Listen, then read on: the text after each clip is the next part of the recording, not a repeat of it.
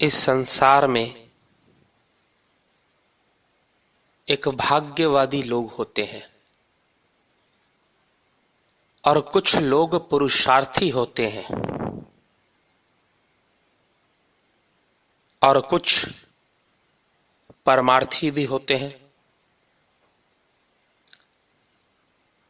ये जो भाग्यवादी लोग होते हैं ये भाग्य पर भरोसा कर कर अपना जीवन व्यतीत करते हैं, भाग्य पे भरोसा करके चलते हैं। लेकिन जो पुरुषार्थी व्यक्ति होता है वो भाग्य पर नहीं अपने पुरुषार्थ पर भरोसा करके चलता है, उस पर विश्वास रखता है। भाग्यवादी लोगों का यह मानना होता है कि जो भाग्य में लिखा है वही घटित होगा। हमारे जीवन में आने वाला सुख दुख लाभ हानि जय पराजय जो कुछ भी है वो सब कुछ हमारे भाग्य से है, वो ऐसा मानकर चलते हैं, इस मान्यता के साथ अपना जीवन जीते हैं। इसमें कोई कुछ नहीं कर सकता, जो कुछ है सब भाग्य से ही प्राप्त होना है। दूसरे प्रकार के लोग जो पुरुषार्थी होते हैं, पुरुषार्थी लोग उनका मानना है कि जो कुछ प्राप्त होगा हमें हमारे कर्मों से होगा। हम कर्म करेंगे, मेहनत करेंगे और हम फल की प्राप्ति करेंगे। हम अपनी कड़ी मेहनत से अपने कर्म से सब कुछ प्राप्त करेंगे। वो ऐसा उद्देश्य लेकर चलते हैं और निरंतर कर्मशील बने रहते हैं। और परमार्थी कौन होता है? जो उस परम अर्थ अर्थात परमात्मा परम अवस्था उसको उद्देश्य कर कर परोपकार करते हुए इस संसार में जीवन व्यतीत करता है।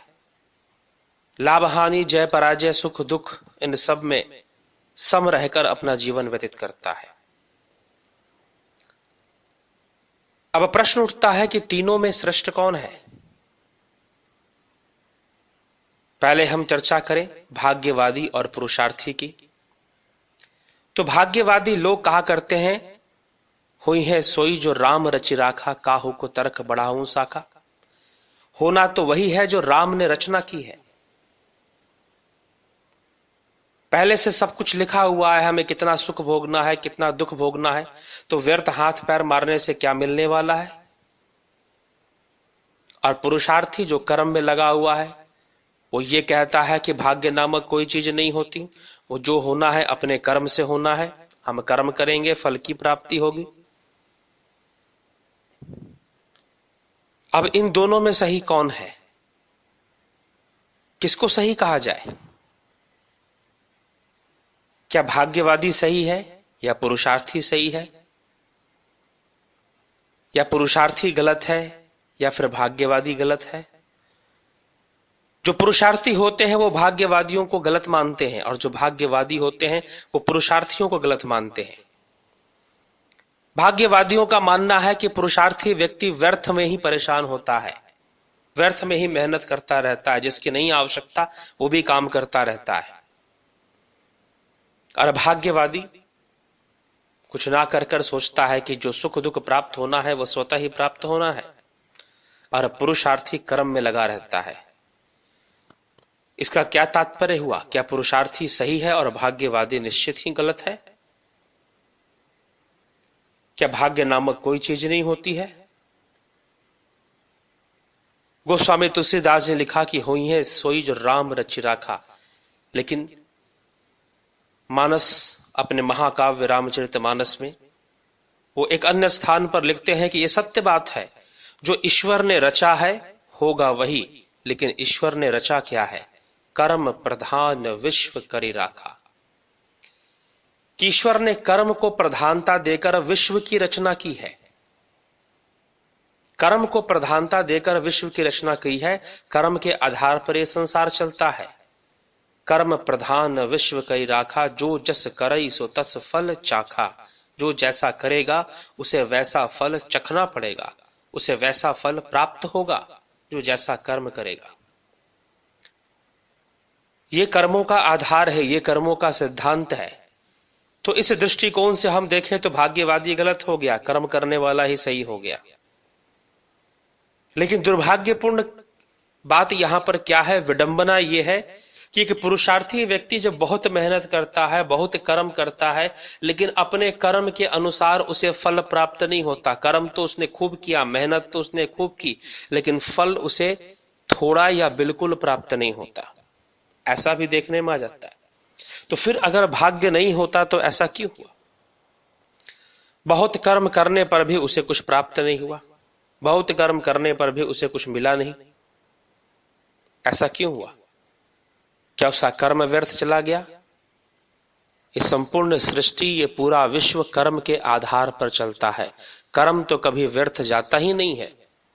लेकिन इसका तात्पर्य क्या है कि भाग्य का कोई अस्तित्व नहीं है?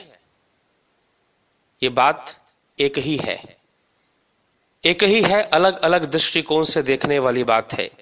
सिक्के के दो पहलू हैं। एक तरफ से देखो तो आप उसी सिक्के को देखते हो, दूसरी तरफ से देखो तो उसका दूसरा पहलू दिखाई देता है, लेकिन सिक्का तो वही है। एक तरफ से देखें तो उसका एक पहलू दिखाई देगा, दूसरी तरफ से दूसरा पहलू, लेकिन सिक्का वही है, बात वही है। भाग्यवादी होना, पुरुषार्थी होना, दोनों ही गलत नहीं है, लेकिन दोनों पूरी तरह से सही भी नहीं है। अगर भाग्यवादी सोचता है कि भाग्य ही सब कुछ है, कुछ करने की जरूरत नहीं है, अब पुरुषार्थी सोचता है कि भाग्य तो कुछ होता ही नहीं है, कर्म करो और सब कुछ प्राप्त होगा, अगर वो ये धारणा लेकर चल रहा है तो वो भी धोखा खा सकता है। सत्य तो ये है कि कर्म का आधार लेकर इस सृष्टि की रचना की है। जो कुछ भी जीवन में सुख दुख आता है वो उसके कर्मों से ही प्राप्त होता है। इसलिए गोस्वामी जी ने मानस के अंदर, रामचरितमानस में बड़ा सुंदर समझाते हुए लिखा है, काहु न कोई सुख दुख कर दाता, निज कृत कर्म भोग सब भ्राता। ये कोई किसी को सुख दुख देने वाला नहीं है, सब व्यक्ति के अपने निज कृत कर्मों से है। वो अपने कर्मों से अपने भाग्य का निर्माण करता है। किसी परमात्मा ने भाग्य नहीं लिखा, ईश्वर ने बस इस संसार को बनाया है कर्म का आधार देकर। भगवान हमारे भाग्य नहीं लिखते। कुछ लोग भगवान को दोष देते हैं कि परमात्मा ने हमसे ये छीन लिया, परमात्मा ने हमसे वो छीन लिया। परमात्मा जब बहुत कुछ दे देता है तो उसके लिए तो उसका धन्यवाद कभी नहीं करते कि उसने हमें बहुत कुछ दिया, लेकिन जब कुछ नुकसान हो जाए तो हम भगवान को दोष लगा दिया करते हैं। इसके लिए भगवान जिम्मेदार नहीं है, उसकी जिम्मेदारी नहीं है। उसने तो कर्म का सिद्धांत बनाया है, उसने तो ये संसार बनाया है, उसका एक प्रोटोकॉल सेट किया है उसने, और उसके अंतर्गत सारी घटनाएं घटती हैं। मनुष्य स्वयं ही अपने भाग्य का निर्माण करता है। कर्म प्रधान विश्व कई राखा, कर्म को प्रधानता देकर विश्व बना हुआ है, और जो इसमें जन्म लेता है वो कर्म करता है, कर्म करने के लिए बाध्य है। कर्म प्रकृति का गुण है। भगवान श्री कृष्ण अर्जुन को समझाते हुए कहते हैं कि अर्जुन, तू क्षण मात्र के लिए भी कर्म से दूर नहीं हो सकता। तू कहे कि मैं कर्म नहीं करूंगा तो यह संभव नहीं है। प्रकृति तुझसे कर्म करवा रही है, प्रकृति तुझसे कर्म करवा रही है। अतः भगवान कृष्ण अर्जुन को और आगे समझाते हुए कहते हैं कि प्रकृते क्रियमाणानि गुणे कर्माणि सर्वशः अहंकार विमूढ़ात्मा कर्ताह मीति मन्यते। कि अर्जुन, वास्तव में संपूर्ण कर्म सब प्रकार से प्रकृति के गुणों द्वारा किए जाते हैं, तो भी जिसका अंतःकरण अहंकार से मोहित हो रहा है, ऐसे अज्ञानी को मैं करता हूं ऐसा समझ में आने लग जाता है कि मैं ही कर रहा हूं। इस संसार को ऐसा बना है।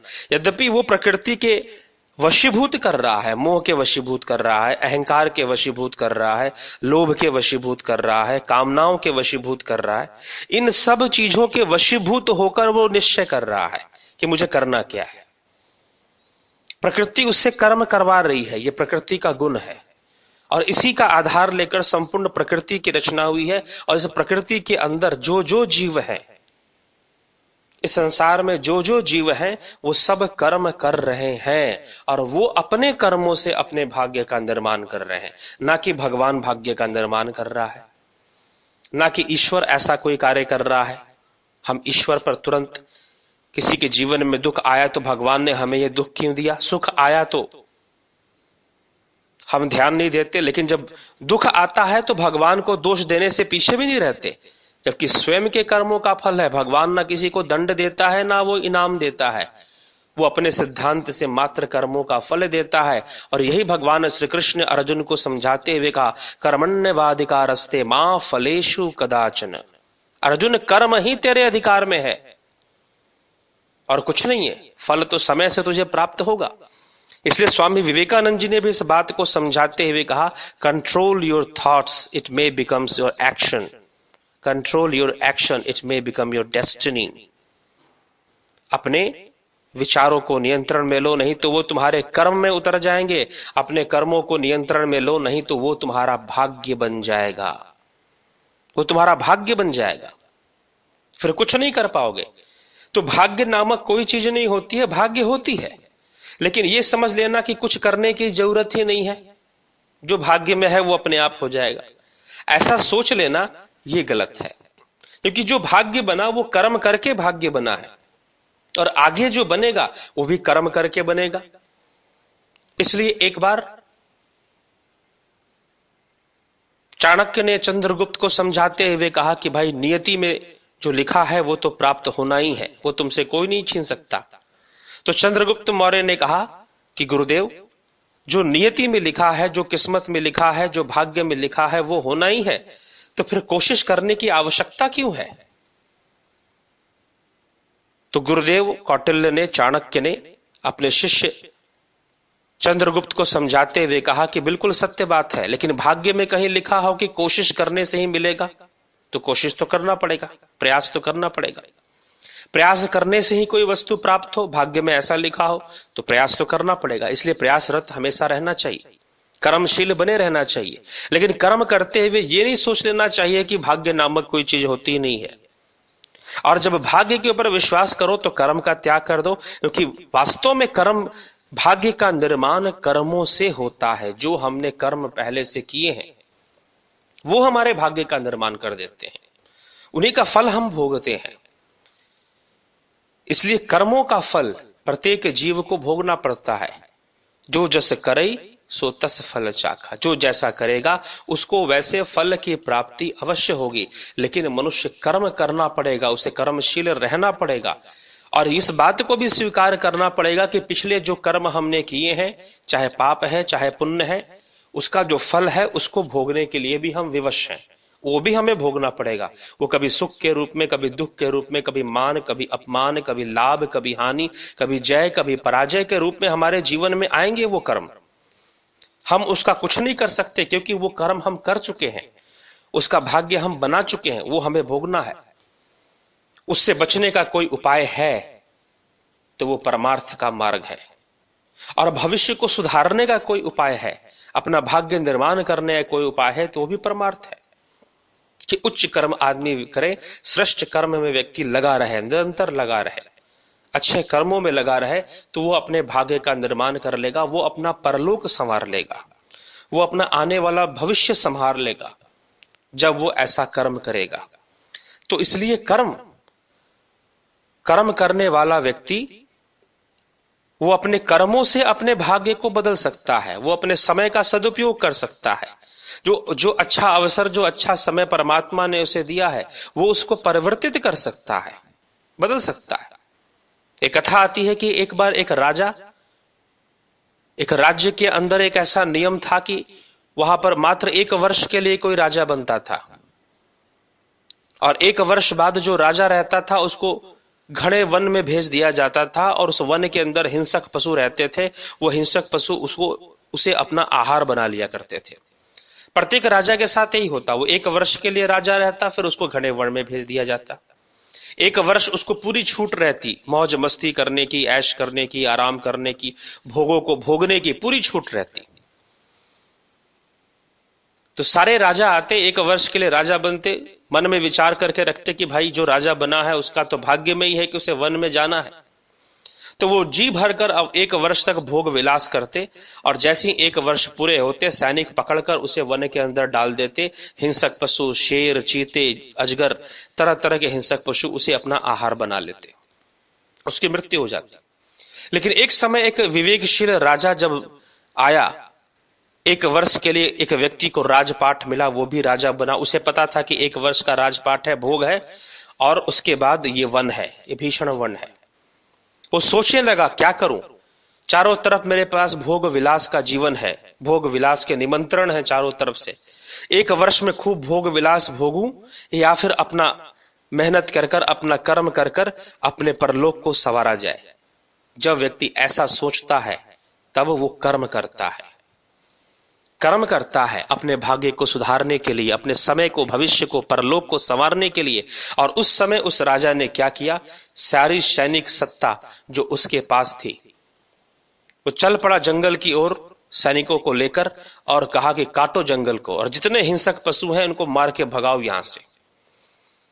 एक वर्ष के पहले पहले उसने उस जंगल को कटवा दिया, उस जंगल के अंदर एक बहुत बड़ा महल खड़ा कर दिया। और जब एक वर्ष बीता, उसका समय पूरा हुआ, तो अब उसके लिए एक महल को छोड़कर दूसरा महल तैयार था, और वो उस महल में जाकर रहने लग जाता है और चैन का जीवन जी पाता है, सुखपूर्वक जीवन जी पाता है। तो ये कर्मशील होने का प्रमाण है, ये अपने भाग्य को सुधारने का प्रमाण है। व्यक्ति अपने कर्मों से ही अपना भाग्य बदल सकता है।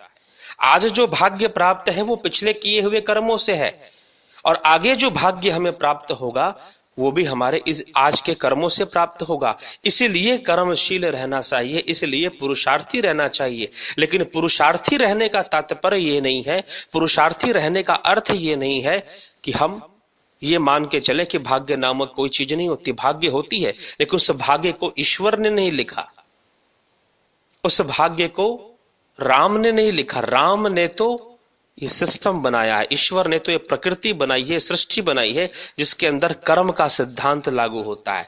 अब उस कर्म के सिद्धांत में जो जैसा करता है वो अपने भाग्य का निर्माण अपने कर्मों से करता है। भगवान न किसी को इनाम देने आते हैं, भगवान न किसी को दंड देने आते हैं। ईश्वर ना किसी को इनाम देता है, ना किसी को दंड देता है। मनुष्य मात्र अपने कर्मों से ही स्वयं को दंडित करता है और स्वयं को गौरवान्वित करता है। ये सब कर्मों का फल है, सब कर्मों का फल है। कई प्रकार से फल प्राप्त होते हैं कर्मों के। कुछ कर्मों का फल हमें शीघ्र प्राप्त हो जाता है, कुछ कर्मों का बाद में, और कुछ कर्मों का कई जन्म बाद, जो भाग्य का निर्माण करते हैं। प्रारब्ध हमें भाग्य के रूप में प्राप्त होता है। इसी प्रकार से कर्मों के फल की प्राप्ति के आधार पर भी कर्मों का 3 भाग में विभाजन किया गया है। किस काल में कौन से कर्म का फल मिलेगा, तो प्रथम क्रियामान कर्म, दूसरा संचित कर्म और तीसरा प्रारब्ध कर्म कहा गया है। क्रियामान कर्म अर्थात जो कर्म हम कर रहे हैं उसका फल हमें प्राप्त हो रहा है, इसी जन्म में प्राप्त हो रहा है। लेकिन ऐसे कर्म जो हमने किए लेकिन उसका फल हमें इस जन्म में प्राप्त नहीं हुआ, वो संचित कर्म होता है, वो संचित कर्म होता है। और वो जो संचित कर्म है वो उनका फल हमें अगले जन्म या उसके भी कई जन्मों बाद भी प्राप्त हो सकता है, क्योंकि वो संचित हो गया। इसका मतलब ये ना समझे कि उसका फल नहीं मिलेगा।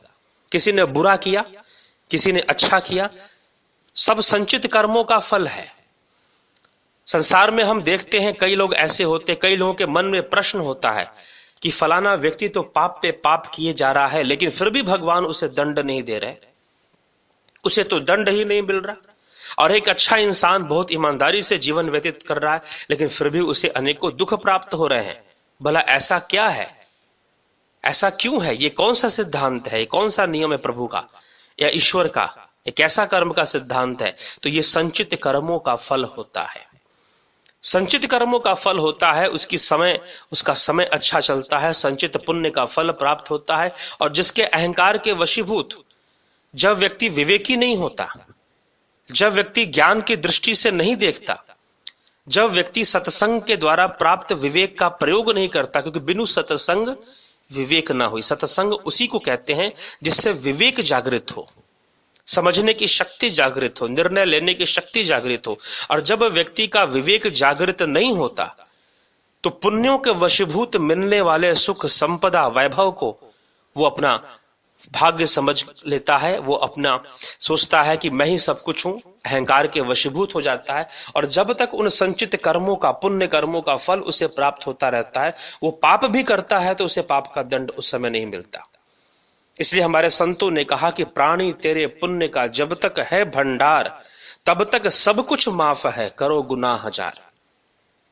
कि प्राणी तेरे पुण्य का जब तक है भंडार, कि पुण्य का भंडार है, संचित कर्मों का पुण्य उसे प्राप्त हो रहा है, उसका फल उसे मिल रहा है। और इस कारण से वो व्यक्ति विवेकी नहीं है, वो ये नहीं समझ पा रहा कि पुण्य कहां से आ रहा है, ये कृपा मेरे ऊपर कहां से हो रही है। और उसके अहंकार के में आकर, मिलने वाले सुख वैभव के अहम भाव में, शक्ति के अहम में आकर वो अनेक प्रकार के पाप किए जाता है और वो अपने परलोक को बिगाड़ लेता है। लेकिन जो विवेकी होता है वो बहुत मान सम्मान, सुख वैभव, यश प्राप्त होने पर भी विवेकी बना रहता है और कभी भी उनके अहंकार को ग्रहण नहीं करता। इसलिए भगवान ने कहा कि करवाने वाली प्रकृति है, लेकिन अज्ञानी व्यक्ति मोह के वशीभूत, उसे ऐसा लगने लग जाता है कि मैं करने वाला हूं, मेरा सामर्थ्य है, मेरी ताकत है, उसे ऐसा लगने लग जाता है। रावण को जब अपने पुण्य कर्मों के संचय का जब फल प्राप्त हुआ तो अत्यंत शक्तिशाली हो गया और उससे लगने लगा कि सब कुछ मैं ही हूं, मैं ही भगवान हूं, अब मेरे द्वारा ही सब कुछ हो सकता है, पूरे संसार में मेरा सामना करने वाला कोई नहीं है। लेकिन जब भगवान का ब्रह्मास्त्र रावण को लगा, भगवान श्री राम का ब्रह्मास्त्र जब रावण को लगा, मूर्छित होकर गिर गया। वो रावण सोचता है कि आज मेरे पास इतनी भी ताकत नहीं है कि मैं अपने पैरों पर खड़ा हो सकूं, मैं अपने पैरों पर खड़ा हो सकूं। इसलिए संतों ने कहा कि 1 लख पूत 1.25 लख नाती, तार रावण घर दिया ना बाती। ऐसी मृत्यु उसे प्राप्त हुई कि कोई दिया बाती जलाने वाला भी उसके घर में नहीं बचा, उसके कुल में नहीं बचा। तो वो रावण था, पुण्य कर्मों के संचय का फल, संचित कर्मों का फल प्राप्त होने लगा। तो इस प्रकार से संचित कर्मों का फल बाद में हमें प्राप्त होता है, लेकिन जो क्रियामान कर्म है, हमने कुछ किया हमें तुरंत प्राप्त हो जाता है। हमने किसी को गाली दी, उसने हमें 4 गाली आगे से दे दी, हमें फल दे दिया तुरंत। हमने किसी को के साथ भला किया, उसने भी हमें बदले में भला कर दिया।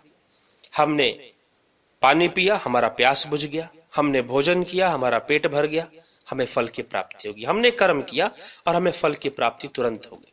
इसी जन्म में मिलने वाले कर्मों के फल को ही हम क्रियामान कर्म, वर्तमान में ही जो फल की प्राप्ति हो जाया करती है, उसे हम क्रियामान कर्म कहा करते हैं। क्रियामान कर्म। एक बार एक राजा, उसने अपने 3 मंत्रियों को बुलाया। 3 मंत्रियों को बुलाकर कहा, उन तीनों को एक एक झोला पकड़ा दिया और झोला पकड़ाकर कहा कि देखो भाई, जाओ वन में जाओ और जाकर अच्छे अच्छे मीठे मीठे पके हुए जो फल हैं, अच्छे अच्छे फलों को भरकर इस झोले में ले आओ। तीनों चले गए। तीनों गए, वन में गए, फल ढूंढने लगे। एक जो मंत्री था, उसने मन में विचार किया कि मैं ऐसा फल ले जाऊंगा कि महाराज प्रसन्न हो जाएंगे, अच्छे अच्छे मीठे मीठे फल ले जाऊंगा, बढ़िया बढ़िया फल ले जाऊंगा। दूसरा जो था, वो कहने लगा कौन सा महाराज ने खाना है और कौन सा हमने खाना है, अरे जो मिलता है उसे भर लो। उसने कच्चे, सड़े गले, आधे पके फलों को भर लिया अपनी झोली में। तीसरे मंत्री ने सोचा कि क्या फर्क पड़ता है, महाराज के तो एक से एक रसोइये हैं, अच्छा अच्छा पकवान बनाते हैं, महाराज जी क्यों इन फलों को खाएंगे, महाराज इन फल को नहीं खाने वाले, राजा इस फल को नहीं खाएगा। ऐसा सोचकर उसने झाड़ फूस पत्ते जो थे, कचड़ा कूड़ा करकट था, उस झोले के अंदर भर लिया। अब तीनों भरकर राजा के दरबार में पहुंचते हैं। महाराज के समक्ष, राजा के समक्ष सन्मुख खड़े होते हैं, उपस्थित होते हैं। जब राजा के सन्मुख होते हैं तो राजा उन तीनों से पूछता है, क्या तुम तीनों ने अपने झोले में फल भर लिए? तो उसने तीनों ने कहा कि हाँ महाराज, आपने जैसा कहा था हमने वैसा कर लिया। जैसे उन तीनों ने यह बात कही, राजा ने तुरंत सैनिकों को आज्ञा दी कि इन तीनों को बंदी बना लो और कारागार में डाल दो 1 महीने के लिए, और इन्हें भोजन में कुछ नहीं मिलना चाहिए, ये वही खाएंगे जो लेकर आए हैं। और तीनों को उस समय कारागार में डाल दिया जाता है। तीनों को कारागार में बंद कर दिया जाता है, तीनों को जेल में बंद कर दिया जाता है। 1 मास हो जाने पर, 1 महीने हो जाने पर तीनों का द्वार खोला जाता है। सर्वप्रथम जब द्वार खोलता है उस तीसरे मंत्री का, जिसने झाड़ फूस, सूखी पत्तियां, कूड़ा करकट अपने झोले में भरा था, जब 1 महीने बाद उसका द्वार खोला गया तो उस कारागार में, उस जेल के अंदर उसका शव मिलता है। वो मंत्री मृत्यु को प्राप्त हो चुका था, वो मर चुका था, क्योंकि 1 महीने से उसने कुछ नहीं खाया, उसके पास खाने के लिए कुछ नहीं था। अब क्योंकि उसने, जब राजा ने उसे फल इकट्ठे करने के लिए कहे तो उसने झाड़ फूस, सूखी पत्तियां और सड़े गली चीजें को इकट्ठा किया, उसने फलों को इकट्ठा नहीं किया। सोचा क्या फर्क पड़ता है, कुछ भी करते जाओ, कुछ भी इकट्ठा कर लो। कई बार व्यक्ति ऐसा ही जीवन जीता है कि क्या फर्क पड़ता है, हम कोई भी कर्म करते, जो समझ में आता है करते, उसके फल की चिंता उसे बिल्कुल नहीं होती, ऐसे ही करते जाता है कर्म को। अब उसका मृत्यु हो गई, उसका शव मिला। जब दूसरा दरवाजा खोला गया तो दूसरा मंत्री, वो जीवित था लेकिन बीमार था, रुग्ण था, रोगी हो चुका था, क्योंकि उसने आधे पक्के, कच्चे, सड़े गले फलों को इकट्ठा किया था, उसने अच्छे फलों को इकट्ठा नहीं किया था। लेकिन जब तीसरा कारागार खोला गया, तीसरा कक्ष खोला गया, तो उसमें से जो मंत्री निकला वो हृष्ट पुष्ट और बड़ी प्रसन्न मुद्रा में कारागार से बाहर निकलता है, क्योंकि उसने मीठे मीठे, स्वादिष्ट, अच्छे अच्छे फलों को एकत्र किया था। सड़े गले फलों को इकट्ठा नहीं किया था, अच्छे अच्छे फलों को उसने इकट्ठा किया था। और उन अच्छे फलों को इकट्ठा करने के कारण पूरा 1 मास तक उसने उन फलों का आहार बनाकर खाया, और स्वादिष्ट भोजन और अच्छा भोजन करने के कारण वो हृष्ट पुष्ट और बिल्कुल स्वस्थ था। जब वो बाहर निकला तो स्वस्थ जीवन लेकर निकला, ना कि बीमार और ना मृत होकर। इसलिए कर्म है, क्रियामान कर्म हमें तुरंत हमें फल दे दिया करते हैं। जो कर्म करेंगे हमें तुरंत वो प्राप्त होगा। राजा ने जैसे फल की उसे आज्ञा दी, जाओ फल इकट्ठा करके लाओ। जैसे इकट्ठा करके लाए तुरंत उनको फल दे दिया कि जाओ इन्हें कारागार में बंद कर दो, भोजन मत देना, ये जो लेकर आए हैं उसी को खाएंगे। और इस प्रकार से तीनों को अपने कर्मों का फल मिला। तो ये क्रियामान कर्म, जो हम कर्म करते हैं तो हमें फल की प्राप्ति होती है, जो इसी जन्म में। लेकिन बहुत सारे ऐसे कर्म जो संचित हो चुके हैं, जो संचित हो चुके हैं, वो उनका फल हमें बाद में मिलेगा। लेकिन क्रियामान कर्म जो हमें प्राप्त हो जाया करता है, जिन कर्मों का फल हमें इसी जन्म में प्राप्त हो जाया करता है, वो हमारे क्रियामान कर्म है, हमें उनका फल मिल जाया करता है इसी जन्म में। संचित कर्म जो संचित हो गया, जिसका फल प्राप्त नहीं हुआ, वो संचित हो गया। अब उसकी प्राप्ति कैसे होगी, किन रूपों में, कैसे वो सामने आता है, इस विषय पर हम जरूर आध्यात्मिक प्रेरणा के अगले भाग में चर्चा करेंगे। और इसी के साथ मैं अपने विचारों के इस प्रवाह को विराम देता हूं।